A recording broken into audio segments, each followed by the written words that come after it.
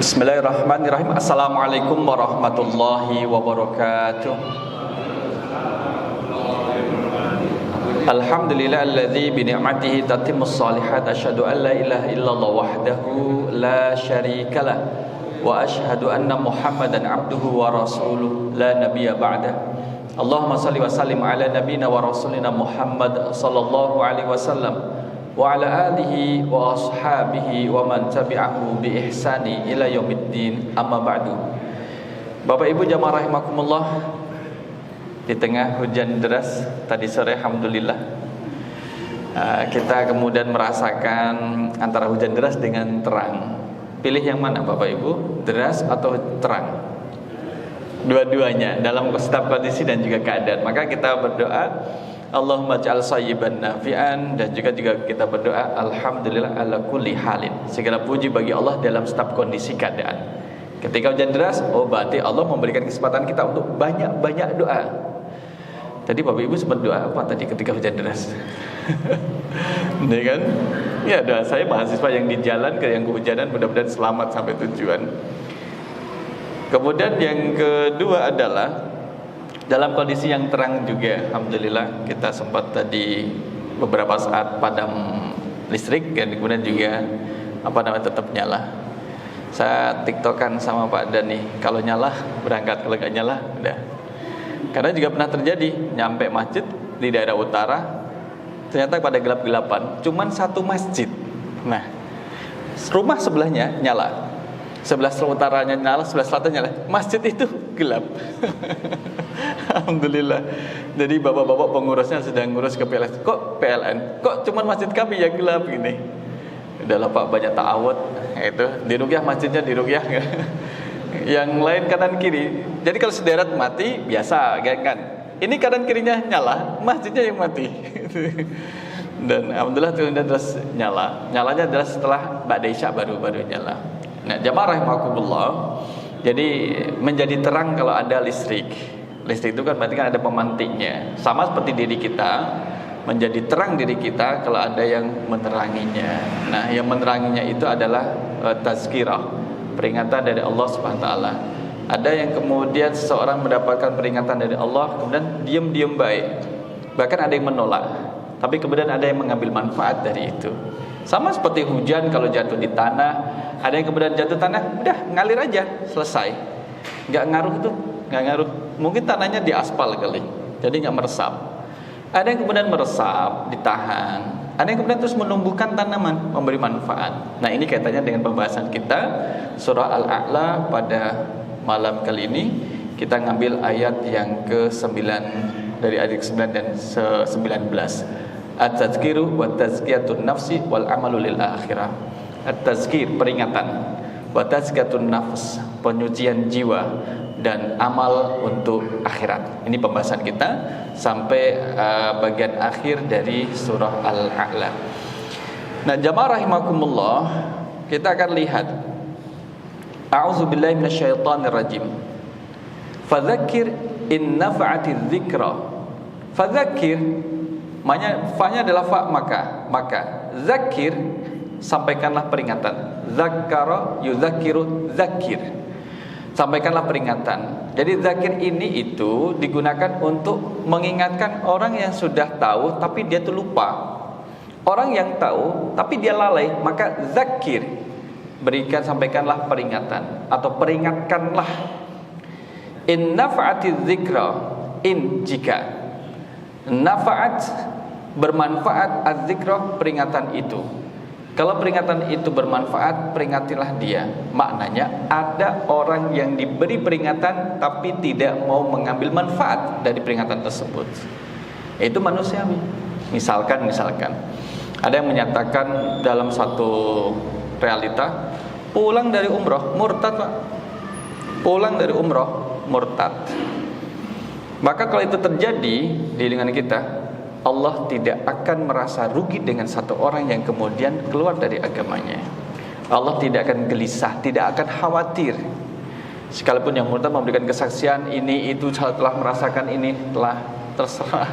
Tapi bagi Allah enggak ngaruh. Murtadnya satu orang enggak pengaruh bagi Allah SWT. Kalau bahasa kita EGP. Nah, tahu-tahu Pak? Emang gue pikirin. Murtad terserah. Nah, gitu. Nah, maka kemudian peringatan bagi kita yang sudah berislam, maka wala tamutunna illa wa antum muslimun. Dan janganlah kalian meninggal dalam keadaan kecuali dalam keadaan berislam. Fadzakir, maka sampaikanlah peringatan in nafa'atiz dzikra, jika peringatan itu kemudian bermanfaat. Ada kata in, maka ini menjadi syarat. Saya dzakkaru may yakhsha. Dzakkara yuzakkiru nih. Saya dzakkara tadzakkara yatadzakkaru. Akar katanya sama dengan yang di atas. Zal kaf dengan ra. Saya dzakkaru. Maka diingatkan kelak akan memberi makna segera. Fi'il mudhari' makna adalah nanti, tapi memberi makna segera. Beda dengan saufa. Saufa itu akan, juga akan, tapi akannya saufa itu masih lama. Kalau akannya itu cepat.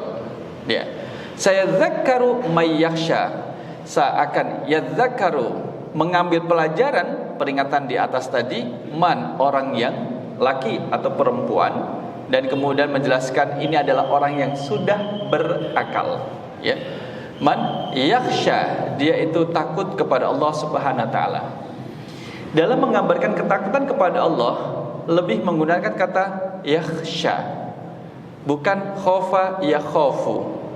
Innama yakhshallaha min ibadihil ulama. Innama yakhsha, kalau kita lihat khasya yakhsha. Yakhsha, ya kha, kemudian nih illa tazkiratan liman yakhsha, yakhsha. Kemudian innama yakhshallaha min ibadihil ulama. Mana kata innama yakhshallaha min ibadihil ulama? Min ibadihil ulama. Nah, kita lihat. Jadi kata khasya yakhsha itu adalah memberi makna orang yang takut, tapi takutnya mendekatkan diri kepada Allah. Jadi kalau orang takut, misalkan seseorang yang takut kok dia itu menjauhi, maka tidak digunakan kata yakhsha di dalam Al-Quran. Yakhsha itu kemudian diartikan orang yang takut kepada Allah, takutnya itu malah mendekati yang ditakuti, mendekatkan diri kepada Allah dengan melaksanakan perintah dan meninggalkan larangannya. Dan karakteristik ulama itu demikian. Karakteristik ulama adalah semakin bertambah ilmunya, semakin takut kepada Allah. Kemudian semakin takut kepada Allah, semakin mendekatkan diri kepada Allah. Jadi takutnya itu mendekatkan diri, bukan kemudian menjauhi atau melarikan diri dari yang ditakuti. Maka definisi ulama innama yakhshallaha min ibadihil ulama itu adalah orang yang semakin bertambah ilmunya, semakin takut kepada Allah. Ketakutan itu diwujudkan dalam bentuk ketaatan. Jadi mungkin Bapak Ibu yang ada di sini ada termasuk bagian daripada ulama itu. Sekalipun kemudian tidak memakai pakaian yang khas, tapi kemudian Allah melihat dari seberapa takut kita terhadap larangan Allah, seberapa taat kita terhadap perintah Allah. Itulah yang disebut dengan ulama, bisa laki-laki dan juga bisa perempuan. Ini memberi makna kata khasya yakhsha. Orang yang takut kepada Allah akan mengambil pelajaran dari peringatan itu, wa yatajannabuhal ashqa. Wa dan yatajannabu, tajannaba yatajannabu, dia akan menjauhi al ashqa, orang-orang yang celaka. Maka nanti kita lihat al-ashqa, orang celaka. Orang kafir itu lebih parah daripada orang fasik. Orang kafir itu. Nah, orang yang kemudian mengambil pelajaran, sedangkan orang-orang yang celaka, orang kafir akan menjauhi peringatan yang disampaikan kepadanya. Kalau ada peringatan kemudian dihindari, maka dia termasuk orang yang al-ashqa. Al-ashqa ini adalah bentuk isim tafdil, paling memberi makna, paling Allah tercelaka. Alladzi, yaitu orang yang yasla, masuk an-nara, kepada neraka, al-kubra, yang besar. Kalau ada al-kubra berarti ada yang sugra. Kalau api yang besar berarti ada api yang kecil. api yang besar itu adalah neraka, api yang kecil adalah api yang berada di dunia.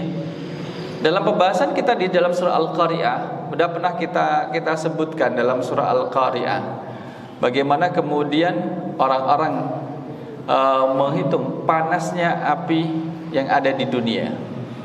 Kita lihat dalam surah Al-Qari'ah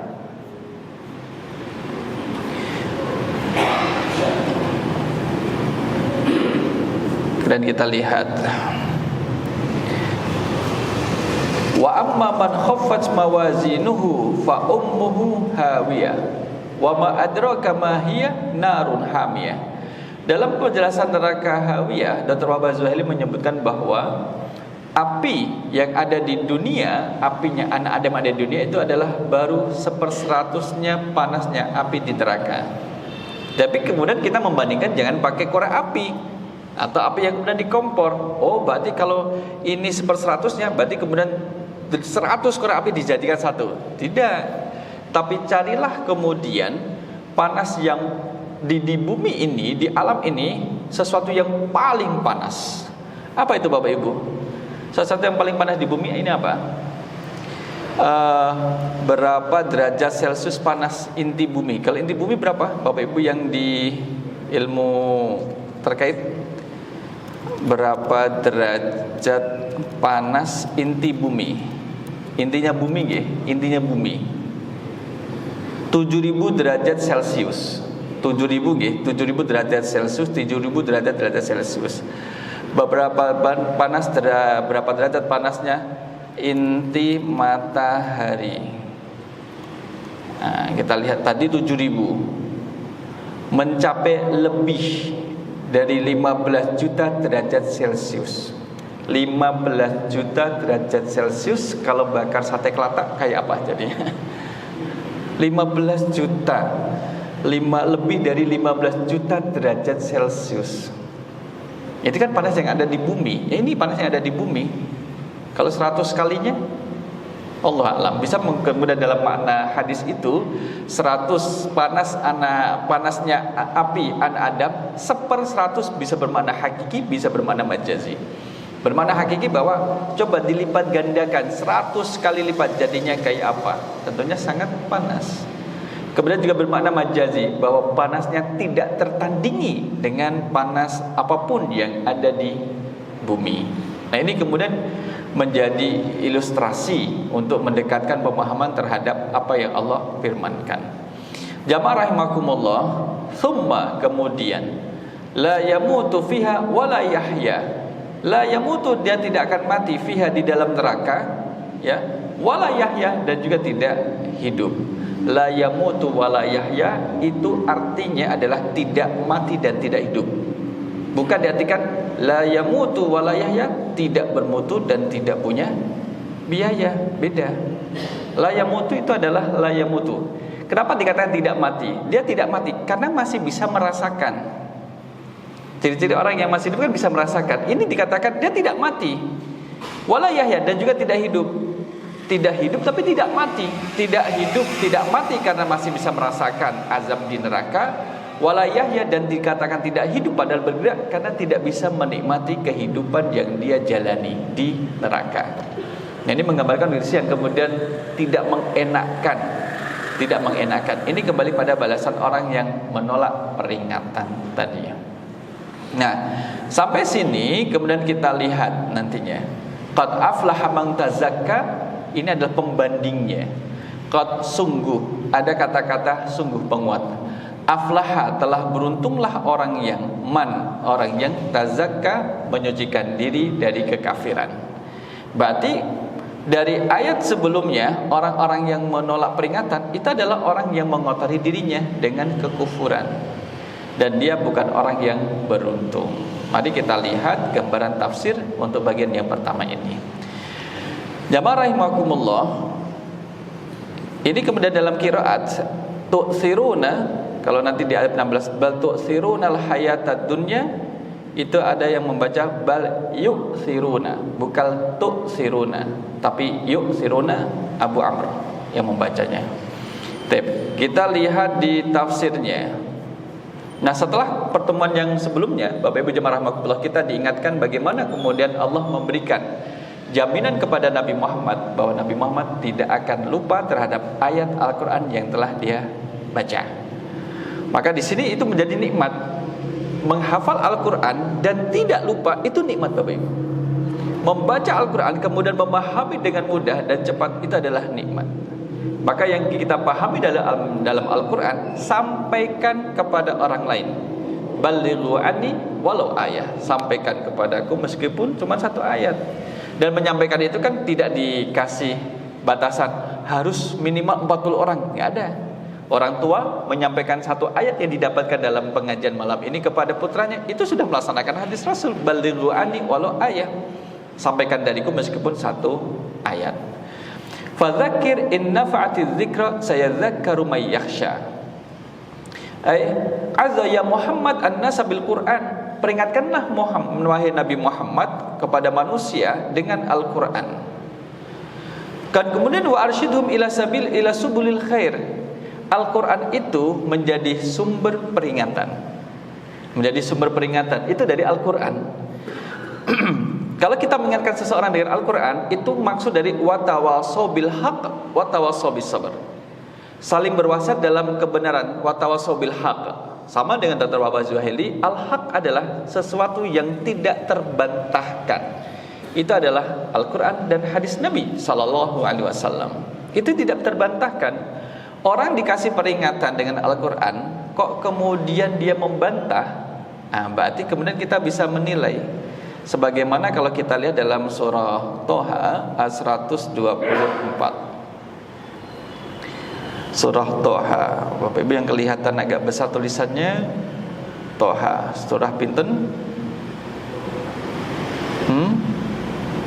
Menikah 20. Ayatnya adalah kita lihat 124. 124 di sini. Kita tutup, kita lihat. A'udzu billahi minasyaitonir rajim. Wa man a'rada an dzikri fa inna lahu ma'isyatan dhanka wa nahsyuruhu yaumal qiyamati a'ma. Wa man, dan sesiapa orang yang a'rada, berpaling dengan sengaja. Berpaling dengan sengaja. Itu berpaling tapi kemudian disertai dengan sengajaan. Sengaja dia berpaling, menghindari dengan sengaja. Ang zikri, dari peringatanku, peringatannya Allah. Di mana peringatan Allah? Al-Quran. Jadi orang dikasih peringatan dengan Al-Quran kemudian berpaling, membantah, kemudian mendebatnya. Tujuannya adalah untuk menaklukkan bahwa ayat itu tidak berlaku lagi bagi dirinya. Ya. Jika itu terjadi pada seseorang, baik laki maupun perempuan, apapun dia, bahkan terhadap seorang muslim juga, ya. Kemudian angzikri fa inna lahu, maka sesungguhnya baginya lah ma'isyatan dongka, kehidupan yang sempit. Kehidupannya itu kan disempitkan kehidupannya, jamaah rahimakumullah. Disempitkan itu kemudian juga ditafsirkan adalah ketika dia meninggal nanti badannya terhimpit dengan liang lahat kanan kiri. Yang menghimpit sampai kemudian tulang rusuknya terjepit. Ketika dia bersedekap sampai terjepit. Terjepit. Kemudian juga itu balasan di dunia, balasan di dunianya. Wa nahsyuruhu yaumal qiyamati, dan kami akan mengumpulkannya pada hari kiamat nanti a'ma, dalam keadaan buta. Di akhirat dibangkitkan oleh Allah dalam keadaan buta. Buta kan tidak bisa melihat. Buta tidak bisa melihat sebagaimana dia sengaja tidak mau melihat kebenaran yang ada di dunia yang dihadirkan. Misalkan kan sudah dikasih tahu dengan ayat Al-Quran, berpaling, sudah dikasih tahu terkait dengan pengharaman minuman keras beralkohol, membantah, kemudian mengungkuli apa? Ngunggahi, kemudian maneni, kemudian membantah, kemudian sok-sokan. Tapi sudah disebutkan dalam surah Al-Maidah tentang pengharamannya. Maka baginya adalah kehidupan yang ma'isyatan dongka, kehidupan yang sempit. Waduh, ada satu masalah, belum juga selesai, datang masalah lagi, datang masalah lagi, datang masalah lagi, sehingga dia merasa terancam dengan kehidupannya. Kehidupan itu sempit, mau lari kemana? Merasa tidak nyaman. Di rumah merasa tidak nyaman kalau ada yang mendatanginya dan kemudian mencarinya. dia tidak tahu dalam urusan apa dia dicari, tapi perasaan takut itu muncul. Kalau dia di jalan kemudian lihat kanan kiri, siapa tahu nanti ada yang orang mau mencelakai dirinya. Di satu tempat dia juga merasa khawatir, ma'isyatan dongka, kehidupan yang sempit. Jadi mereka tidak nyaman dengan kehidupan di dunia, dikarenakan dia berpaling dari peringatan Allah. A'rada an dzikri. Wa nasyuru yaumil qiyamati a'ma. Maka ketika di akhirat dibangkitkan dalam keadaan buta, dia akan membantah. Qala, dia mengatakan, Rabbi lima hasyartani a'ma wa qad kuntu basira. Wahai Tuhanku, ya Tuhanku, lima hasyartani a'ma, mengapa engkau mengumpulkan aku dalam keadaan buta? Wa qad kuntu basira, padahal sesungguhnya dahulu aku dapat melihat. Di dunia dia bisa melihat, tapi penglihatan yang Allah berikan kepada dirinya itu seolah-olah menjadikannya buta terhadap peringatan Allah dalam Al-Qur'anul Karim. Itu, maka dibutakan sekalian. Sehingga kemudian jamaah rahimakumullah, kita kalau diberi nikmat Allah jangan mengingkari nikmat itu. Boleh jadi Allah akan mengabulkan apa yang diingkarinya. Seseorang misalkan, ayo ikut pengajian Jumat malam Sabtu, saya lagi sakit. Oh, lagi sakit? Bukannya tadi lagi makan sate saya lihat di warung. Mungkin itu kembaran saya gitu. Padahal memang dia itu. Lah lagi sakit. Oh iya, saya aminkan lah. Loh, kok dia aminkan? Lah iya, dengan sehat tapi kemudian minta sakit, ya saya aminkan, semoga dikabulkan jadi sakit beneran kan gitu. Orang sehat mengatakan sakit, berarti kan kemudian mengingkari nikmat sehat yang Allah berikan padanya. Yang kedua, dikasih kemampuan tapi mengatakan tidak mampu, ya udah dikabulkan. Ngapa? Minta surat keterangan miskin. Loh, kamu kan mampu. Enggak, ini mumpung aji, ada aji mumpung. Ada tawaran, siapa tahu nanti bisa bebas bayar ABC, padahal dia mampu gitu. Ya udahlah, biar Allah nanti kabulkan, betul-betul jadi miskin. Sama seperti seseorang yang kemudian tangan kanannya itu bisa digerakkan, tapi makannya dengan tangan kiri, makannya itu dengan tangan kiri. Sehingga pernah dinasihati dalam hadis Rasul SAW menyebutkan, Fulan, apakah tangan kananmu tidak bisa digerakkan sehingga kamu makan dengan tangan kirimu? Iya, emang kenapa? Maka saat itu juga tangan kanannya betul-betul tidak bisa digerakkan, padahal tadi bisa. Karena dia mengingkari. Jadi kita selaku manusia, Bapak Ibu, kadang-kadang kita hilaf, salah. Nah, di saat salah itu kemudian ada yang mengingatkan, kamu salah, inilah yang benar. Dan tujuan memperingatkan itu tidak kemudian seolah-olah memojokkan juga, tidak.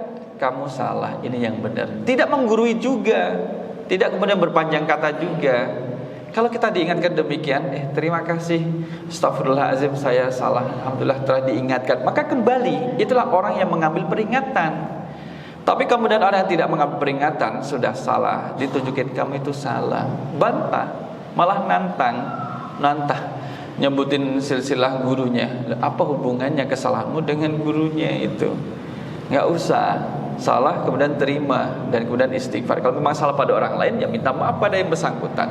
Kalau salah kemudian dengan Allah, maka bertobat kepada Allah dengan secepatnya. Kan itu yang kemudian yang memberikan inspirasi untuk menjadi orang yang baik. Karena kita manusia, bukan malaikat. Di dalam diri kita ada an-nafsu. Yang nafsu itu kemudian adalah yang sesuatu yang syai'un latif, sesuatu yang lembut yang ada pada setiap orang yang masih hidup. Ya, siapapun kita kalau hidup kan memiliki nafsu, Bapak Ibu. Kalau kita bisa makan, itu karena ada nafsu makan. Kita mau minum karena ada nafsu minum. Kita mau baca Al-Quran karena ada nafsu untuk membaca Al-Quran, keinginan. Dan nafsu itu kan bisa baik, bisa buruk. Yang menentukan adalah manusianya yang ditempati nafsu tersebut. Dia menjadi eksekutornya. Karena dia menjadi eksekutor, memilih, mengeksekusi baik atau buruk, maka dialah yang bertanggung jawab kepada Allah besok di hari akhir dengan perbuatannya itu. Qala rabbi lima hasyartani a'ma wa qad kuntu basira. Dijawab oleh Allah. Qala, Allah berfirman, kadzalika, yang demikian itu, kebutaanmu itu disebabkan karena ataska ayatuna, telah datang kepadamu ayat-ayat kami. Kalau misalkan disebutkan dengan dhamir ka, adalah kamu laki-laki, tidak menutup kemungkinan bagi perempuan juga ada yang membantah peringatan Allah. Ayatuna, dahulu telah datang kepadamu ayat-ayat kami, fanasitaha, tapi engkau mengabaikannya.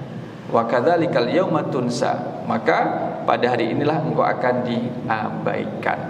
Jadi ternyata memang manusia tentang kita. Boleh jadi kita belum mengetahui secara keseluruhan isi Al-Quran 30 juz itu, tapi kan bukan berarti kemudian menolak.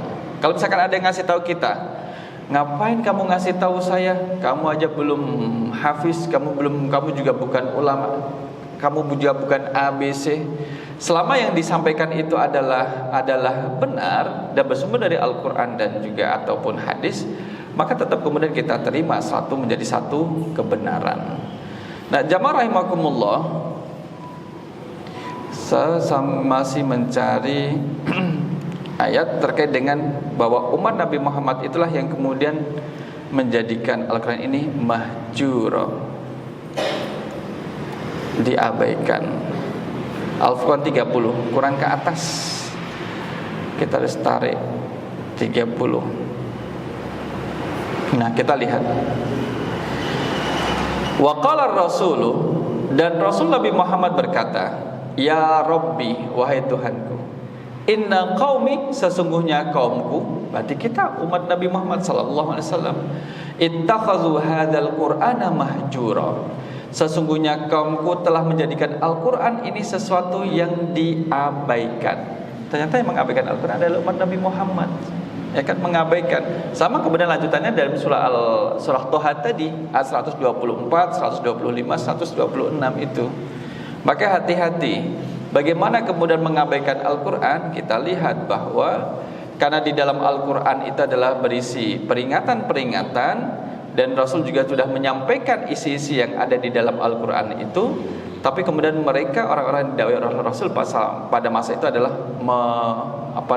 tidak mau mendengarkan apalagi mengamalkan. Maknanya adalah mengabaikan, tidak mau mendengarkan apalagi mengamalkan. Jadi kalau tahapannya agar kita tidak termasuk orang yang mengabaikan Al-Quran, maka menjadi orang yang senang mendengarkan Al-Quran. Kalau sudah mendengarkan Al-Quran, karena kita membacanya, maka kemudian memahami isi dan kandungan dalam Al-Quran. Malam ini kita berusaha untuk memahami ayat 9, 10, 11 dari surah Al-A'la. Kalau sudah paham, maka mengamalkan isi kandungan dalam Al-Quran. Kalau sudah diamalkan, maka sampaikanlah, ajarkan kepada orang lain dengan apa yang sudah diamalkan itu. Kemudian jadilah penolong bagi Al-Quran. Maka semampu kita mampunya mengajarkan, ajarkan Al-Quran. Kita mampunya, aduh Ustaz, saya tidak mampu mengajarkan Al-Quran, tapi saya bisa bantu membangunkan rumah Al-Quran. Boleh berkontribusi terhadap sesuatu yang berkaitan dengan Al-Quran. Saya bisa bantu untuk pengadaan Al-Qurannya, masih ada kaitannya dengan Al-Quran. Saya bisa bantu untuk menyediakan konsumsi bagi setiap orang yang membaca Al-Quran di tempat ini, disediakan konsumsinya. Hal-hal yang berkaitan dengan Al-Quran kemudian dia penuhi, maka akan mendapatkan kebaikannya. Nah, jamaah rahimakumullah, maka kembali pada tafsirnya adalah wahdihim ila syara'iddin, dan tunjukilah mereka terhadap syariat-syariat agama, karena ada yang ada di dalam Al-Qur'anul Karim. Wa dzakir haitsu tanfa'uz dzikra, berilah peringatan. Tugas Nabi Muhammad SAW adalah menyampaikan peringatan tersebut. Sebagaimana tugas kita Bapak Ibu menyampaikan, kemudian menyampaikan kandungan yang ada dalam Al-Quran dengan penyampaian yang baik, kemudian mendoakan dengan doa yang baik kepada orang yang menerima peringatan tersebut. Maka di sini wannasu nau'ani, ada dua kelompok orang ketika mendapatkan peringatan dari Al-Quran. Fariqun tanfa'uhu al-mau'idzah, adalah kelompok yang mengambil manfaat mau'idzah, peringatan yang disampaikan kepadanya. Wa fariqun la tanfa'u, ada kelompok yang tidak mau mengambil manfaat. Sudah nggak mau mengambil manfaat, tidak mau mendekat-dekat dengan Al-Quranul Karim. Oleh karena itulah orang yang mengambil manfaat dari peringatan dikatakan adalah orang yang takut kepada Allah dengan hatinya. Dengan hatinya, maka dia mengambil manfaat. Boleh jadi kita di sini insya Allah termasuk orang-orang yang takut kepada Allah. Wa ya'lamu annahu mulaqihi, dan orang yang mengambil peringatan adalah mereka yang tahu bahwa kita akan bertemu dengan Allah.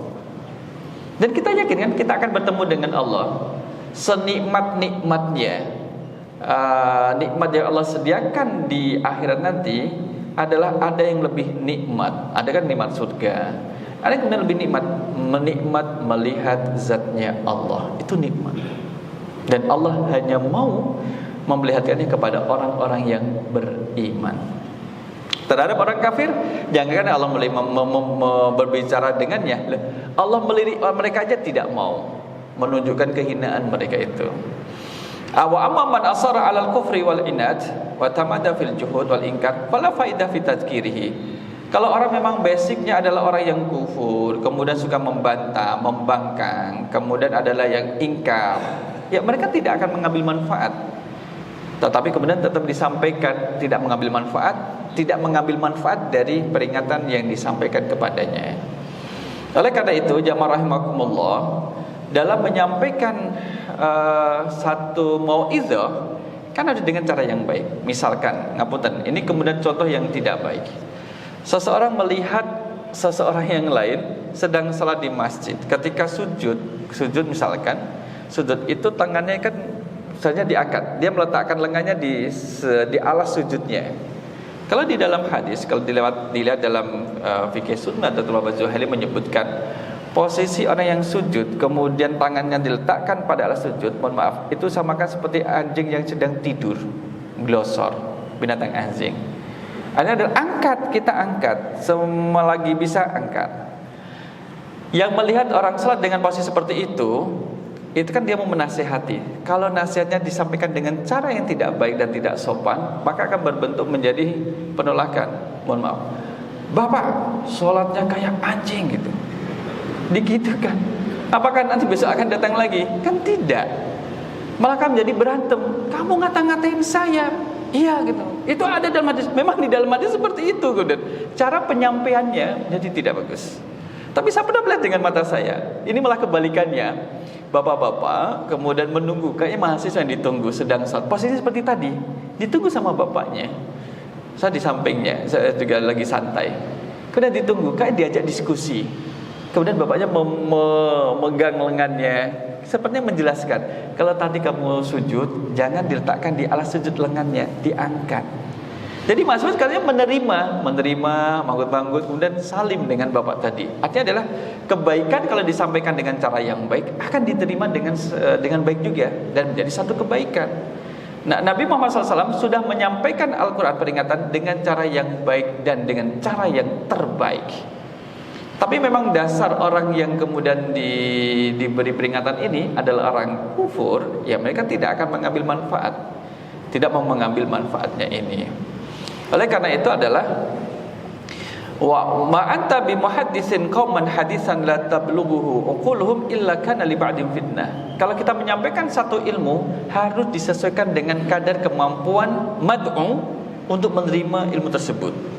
Kita menyampaikan satu mauizah dengan bahasa yang tidak dipahami dengan mad'u objeknya, maka bisa menjadi satu fitnah. Khatibun nas ala qadri uqulihim. Sampaikanlah sesuatu kepada seseorang dengan bahasa yang bisa dipahaminya. Jadi kemudian tidak muluk-muluk. Misalkan ceramah di depan Gapoktan. Kenapa itu Gapoktan? Gabungan Kelompok Tani. Tapi kemudian bahasanya bahasa ilmiah, campur bahasa Inggris. Habis Inggris kemudian ada bahasanya bahasa Perancis. Itu kan kemudian gini, samanya bagus sih, tapi tadi apa yang disampaikan gitu. Bahkan kemudian ketika kita lihat di satu daerah sampaikan ceramah dengan bahasa Indonesia, kemudian oh gitu ya, Bapak Ibu paham? Enggak belum. Tadi enggak paham, tidak. Karena memang mereka enggak paham bahasa Indonesia, padahal orang Indonesia. Tapi kalau disampaikan dengan bahasa Jawa malah paham. Maka kemudian itulah yang kemudian disampaikan. Maka jamaah rahimakumullah, Ibnu Katsir mengatakan adalah fala yad'u inda ghairi ahlihi. Jangan meletakkan sesuatu yang bukan pada pemiliknya, karena dia akan salah tangkap. Seseorang kemudian sedang istirahat, kemudian memarkirkan mobilnya di tepi, misalnya kan habis nyetir lama, kemudian berhenti di tepi tempat pemberhentian, kemudian melakukan gerakan untuk relaksasi. Nah, dia gerakannya adalah kayak seperti orang mendorong mobil, tapi dia merelaksasikan dirinya. Yang baru datang bawa mobil, lihat, kasihan, itu bapak itu mendorong mobilnya nggak bisa-bisa. Akhirnya yang baru datang berhenti, bantu yang tadi, yang pertama lagi relaksasi, dibantulah dorong. Ternyata mobil itu jatuh ke jurang. Maunya bantu tapi salah. Masalah kan jadi fitnah seperti itu.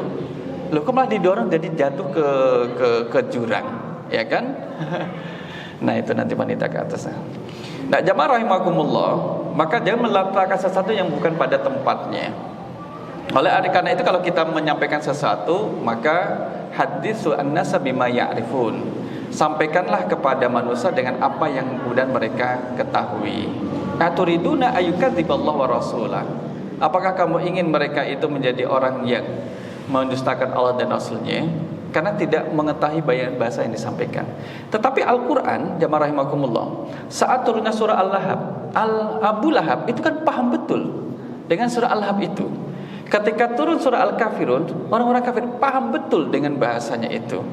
Dan juga kemudian ketika turun surat Al-Ikhlas, baik orang Yahudi, orang musyrik paham betul dengan bahasa-bahasa dan juga dengan ayat ataupun surat tersebut. Jadi Al-Quran itu diturunkan dengan kemampuan bahasa orang yang menerimanya pada kali itu dan juga sekarang. Maka tidak ada kemudian Al-Quran itu dikatakan susah, nggak ada Bapak Ibu. Kalau kita lihat dalam surah Al-Qamar, surah Qamar, surah yang keberapa surah Al-Qamar? Kita lihat ke bawah.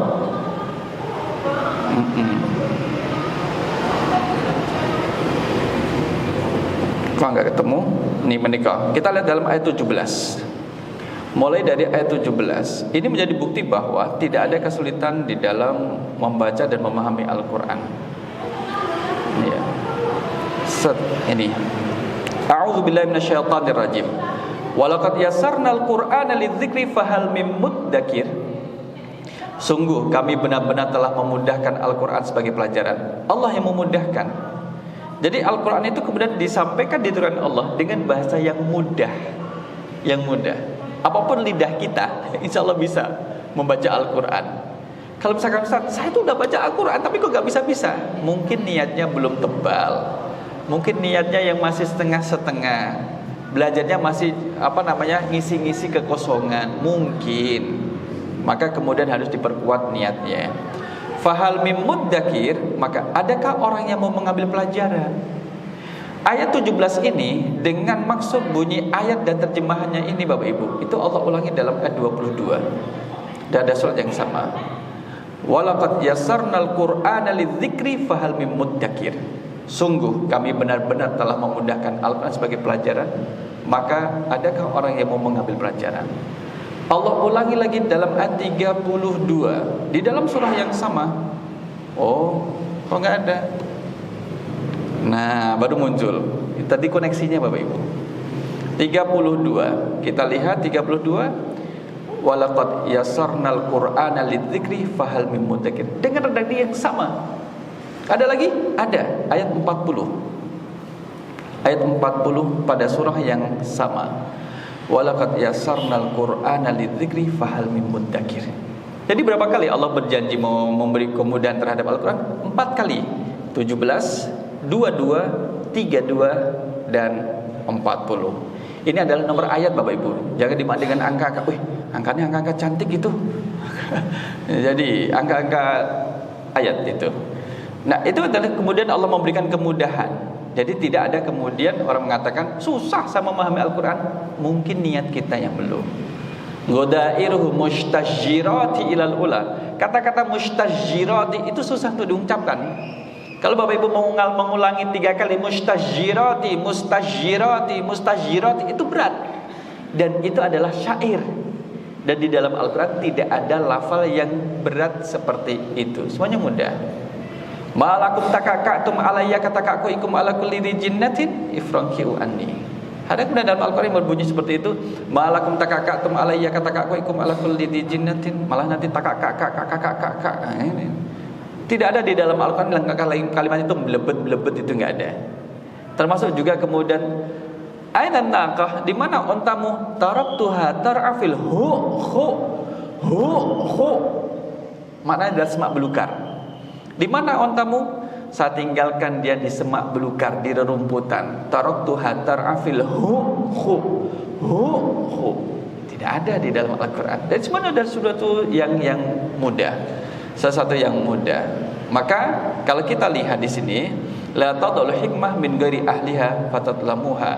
Janganlah kamu meletakkan satu ilmu bukan pada tempatnya, bukan pada pemiliknya, maka dia akan menyanyiakannya. Wala tamna'uha ahlaha fatatlamuhum. Wa kun kat tabib, jadilah seperti dokter. Yadau dawa'ahu, dia meletakkan, memberikan obatnya, haitsu ya'lamu annahu yanfa. Maka dia, dokter itu memberi obat, dokternya tahu sekiranya obat ini itu adalah bermanfaat. Dok, kenapa saya dikasih obat ini? Karena penyakitnya seperti ini, maka obatnya ini. Nah, ini kemudian nyambung obatnya. Sakit kepala, kemudian dikasih obat apa misalkan yang tidak nyambung, kasih obat yang lain. Nah, kan gitu. Jadi gak nyambung. Maka jadilah seperti dokter yang kemudian memberi obat terhadap pasien yang sesuai dengan kondisi sakitnya. Dok, saya kok pusing, kok tidak dikasih obat, cuma dicoret-coret kepala saya. Iya, tak tulisi uang 100.000. Siapa tahu nanti meresap itu. Oh iya ya dok, betul ya, agak berkurang deh rasa sakitnya kepala itu. Ternyata dia sakit kepala itu bukan karena sakit itu, karena dia terlalu mikir gitu. Gimana biaya dapat uang, gimana, tapi nggak kerja. Jadi kemudian sakit kepalanya, itulah. Nah itulah. Maka jadilah seperti dokter. Sama seperti dalam memberi peringatan, adalah sesuaikan dengan tingkat kebutuhannya. Dia butuhnya apa? Kalau orang butuh makan, kemudian nih tak kasih buku-buku biar kamu bisa baca dan bisa cerdas. Kami ini lagi lapar, kami perlu makanan bukan buku. Sama seperti kemudian orang yang sudah settle untuk makan minumnya, dia perlu mau belajar tapi bukunya kemudian terus gak ada, terbatas. Nih dikirimin air bersih. Ngapain kirim air bersih? Kami perlu buku-buku referensi. Kami sudah punya sumur kalau air, kami punya tandon sudah penuh dengan air. Ngapain kami dikirim air bersih? Nanti menjadi muspro, sesuatu yang kemudian tidak bermanfaat. Maka perhatikanlah apa yang kemudian yang diperlukan oleh orang yang memerlukan peringatan. Beberapa kemudian surah atau ayat Al-Quranul Karim itu ada yang turun untuk menjawab kebutuhan yang terjadi di tengah masyarakat. Ya kan, kalau kita lihat misalkan turunnya Al-Falaq dengan An-Nas, karena untuk menjawab masalah yang sedang terjadi yang melilit Nabi SAW dalam bentuk sihir. Masih ingat siapa yang menyihir Rasul? Pertemuan kita pertama berapa tahun yang lalu Pak ya? Berapa tahun yang lalu Bu itu? Siapa yang menyihir Rasul SAW? Sinten Pak? Penyihir lah, mikir-mikir penyihir. Gak mungkin kan kemudian kalau petani menyihir Rasul? Penyihir. Namanya adalah Labid bin A'som, yang kemudian dikasih upah 3 dirham dan dibantu oleh anak-anak perempuannya. Anak-anak perempuan dari Labid bin A'som itu kemudian turunlah surah Al-Falaq dan juga surah An-Nas menjawab, sehingga kemudian langsung diaplikasikan dan sahabat menjadikannya sebagai wirid jika kita menjelang tidur. Wirid diantara wirid ketika selesai sholat, ya kan? Amarani Rasulullah SAW an aqra bil muawwidatin fi duburi kulli salatin. Uqbah bin Amir, kalau kita membahas Al-Ikhlas, Al-Falaq, An-Nas, itu banyak hadis dari Uqbah bin Amir yang meriwayatkannya. Maka Uqbah mengatakan, Rasul SAW memerintahkan aku untuk membaca muawwidzat Al-Ikhlas, Al-Falaq, An-Nas fi duburi kulli salatin, setiap selesai salat. Maka tadi kita membaca Al-Ikhlas, Al-Falaq, An-Nas. Nanti salat Isya kita juga membaca Al-Ikhlas, Al-Falaq, An-Nas. Di samping juga zikir-zikir yang kita baca seperti biasanya. Maka turunnya itu menjadi jawaban. Kemudian kita lihat terkait dengan An-Nasr, itu juga turun menjadi jawaban. Idza jaa nasrullahi wal fath, itu menjawab, menjadi jawaban dari peristiwa yang terjadi pada kala itu. Maka jamaah rahimakumullah, ada kemudian sisi lain dari ayat 9-10. Ana tadhkir matlub, peringatan itu diperlukan. Sama sebagai orang tua, itu wajib memberi peringatan pada putra-putrinya, karena itu adalah hak anak untuk mendapatkan peringatan dari Al-Quran dari orang tuanya. Wa ilam yanfa' wa la yakunu ta'liq bisyur in nafa'ati dzikra. Karena orang tua terhadap anak pasti kan kemudian ada asas kebermanfaatannya. Masa orang tua tidak mau memberi peringatan sama anaknya? Tak jarkelah anakku, jarke biar kepleset, tergelincir, biar tergelincir. Kesel aku ngandanit bedino. Kan gak bisa. Harus kemudian bersabar memberi peringatan. Sama, jika kemudian kita lihat anak saya ini kayaknya perlu motivasi, perlu penguatan dari sisi misalkan motivasi belajarnya. Bacakan kemudian misalkan surah Iqra, surah Al-Alaq, Iqra bismi rabbikal ladzi khalaq. Dibacakan itu, disampaikan. Biar nanti gemar membaca. Kan membaca adalah jendela dunia. Kita berada di satu tempat, kemudian wawasan kita kemudian luas ke sana kemari. Dimotivasi, oh gitu Pak ya? Iya. Papa sehari baca berapa jam? Dulu masih muda seperti kamu, ya ada 1-2 jam itu Papa membaca. Oh, termotivasi anaknya.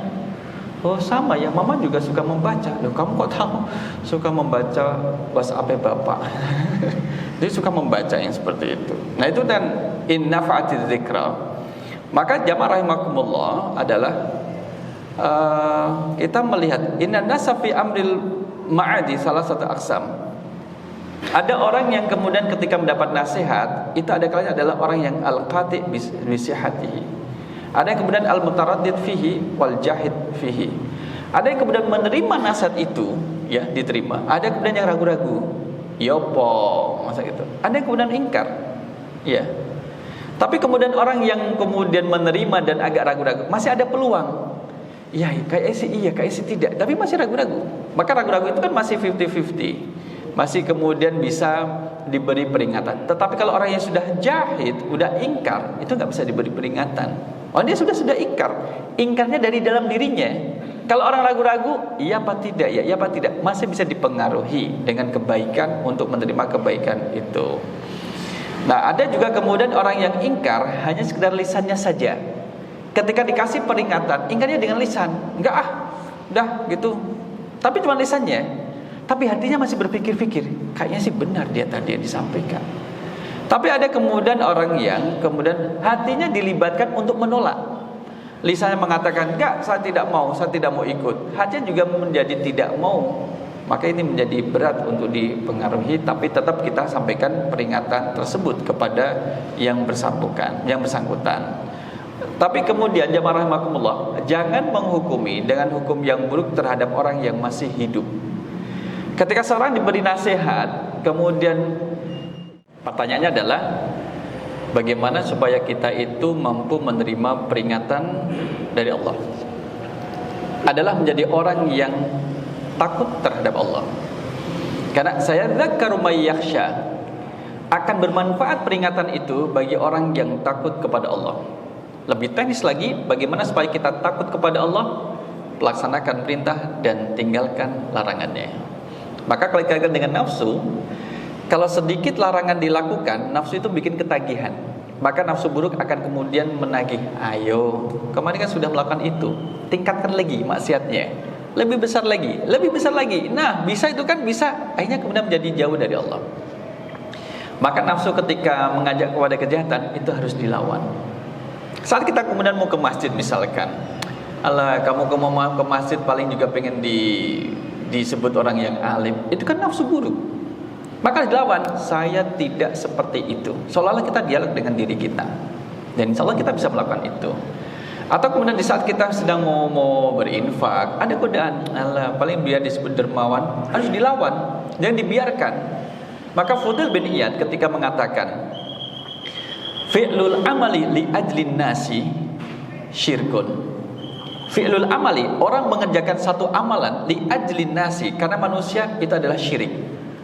Karena menyekutukan Allah dengan manusia. Wa tarkul amali li ajlin nas, tidak jadi beramal melakukan kebaikan, enggak jadi. Karena ada godaan. Li ajlin nas, karena manusia. Jadi maunya kan meninggalkan maksiat. Enggak jadi meninggalkan maksiat. Tarkul amali li ajlin nas, tidak jadi melakukan kebaikan karena manusia, itu adalah riyaun.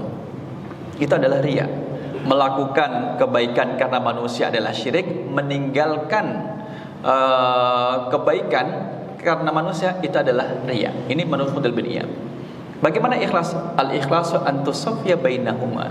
Ikhlas itu kita bersihkan dari keduanya itu. Melakukan kebaikan bukan karena manusia, melainkan Allah. Meninggalkan amalan bukan juga karena manusia, melainkan karena Allah. Meninggalkan maksiat itu bukan karena bukan karena manusia, tapi melainkan Allah. Inilah yang menjadikan kita menjadi semakin takut kepada Allah Subhanahu wa taala apabila kemudian jatuh pada satu kemaksiatan, maka kembalilah kepada Allah Subhanahu wa taala sebagaimana kemudian dalam surah Ali Imran 133, 134 dan 135. Nggih. Perkataan ibu bapak jamaah rahimakumullah, sebagai tazkirah peringatan kita pada malam kali ini dan sebagai bahan renungan sebelum nanti kita istirahat di malam hari. Semoga bermanfaat dan kita cukupkan dengan doa kafaratul majlis. Subhanakallahumma wa bihamdika asyhadu an la ilaha illa anta astaghfiruka wa atubu ilaik.